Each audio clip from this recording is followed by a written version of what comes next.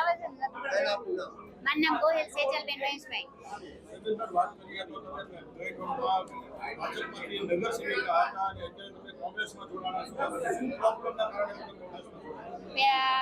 ભાજપના પ્રોબ્લેમ એ છે કે મહિલા સુરક્ષિત નથી ને લોકશાહીના કારણે. તમે ગંભીર આક્ષેપ લગાવી રહ્યા છો ભાજપમાં મહિલા સુરક્ષિત નથી. આવા આક્ષેપ ભારતના વડાપ્રધાન પર પણ લાગી રહ્યા છે. હું ખુદ નગર સેવિકા હોવા છતાં હું સુરક્ષિત નથી તો આ મહિલા ક્યાંથી સુરક્ષિત રહેશે? તમે સુરક્ષિત નથી એવું તમને કેવી રીતે લાગી રહ્યું છે? મારી પર 2 વર્ષ પહેલા બુટિયાકરણ તરફથી હુમલો થયો હતો. મેં ઉપર લેવલે જાણ કરી હતી. એનાથી મારી પાસે કોઈ આવ્યું નથી અને મને કોઈ જવાબ મળ્યો નથી.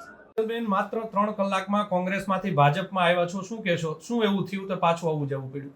હું થોડાક સમય માટે ભરમાઈ ગઈ હતી. કોંગ્રેસના આગેવાનોએ મને ભરમાઈ દીધી હતી. કઈ રીતે ભરમાવી દીધા? મને અલગ અલગ રીતે સુરક્ષિત નથી ને અને એ લોકો દ્વારા જ મને બોલાવવામાં આવ્યું હતું કે આવી રીતે બધું બોલજો તમે. અચ્છા બેન, પણ તમે તો પછી મારી ભૂલ સમજાણી એટલે હું પાછી આવી અહીંયા.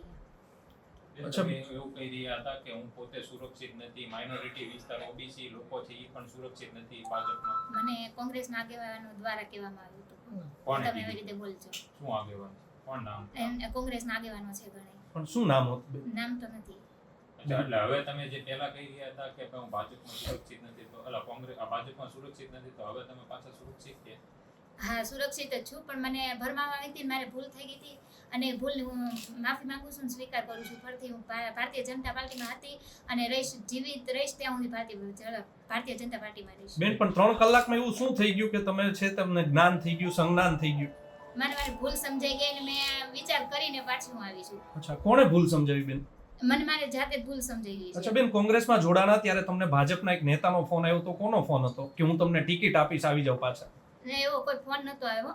મને ત્યાંથી કહેવામાં આવ્યું હતું કે તમે બોલજો આવી રીતે. અત્યારે ભાજપમાં જોડાયા તો ભાજપમાંથી એવું કહેવામાં આવ્યું કે તમને ફરી ટિકિટ આપવામાં આવશે, તમે ભાજપમાં જોડાઈ જાઓ? ના, એવું કશું એવું નથી કીધું. મેં મારી જાતે જ હું આવી છું. મારી ભૂલ સમજાઈ ગઈ એટલે હું આવી છું પાછી. પછી ગેરકાયદેસર પ્રવૃત્તિઓ જે ચાલતી હતી, તમે જે વાત કરી રહ્યા હતા ગેરકાયદેસર પ્રવૃત્તિઓની, તો એ હવે પાછી ભાજપમાં રહીને પાછી ગેરકાયદેસર પ્રવૃત્તિ બંધ થઈ જશે કે નહીં?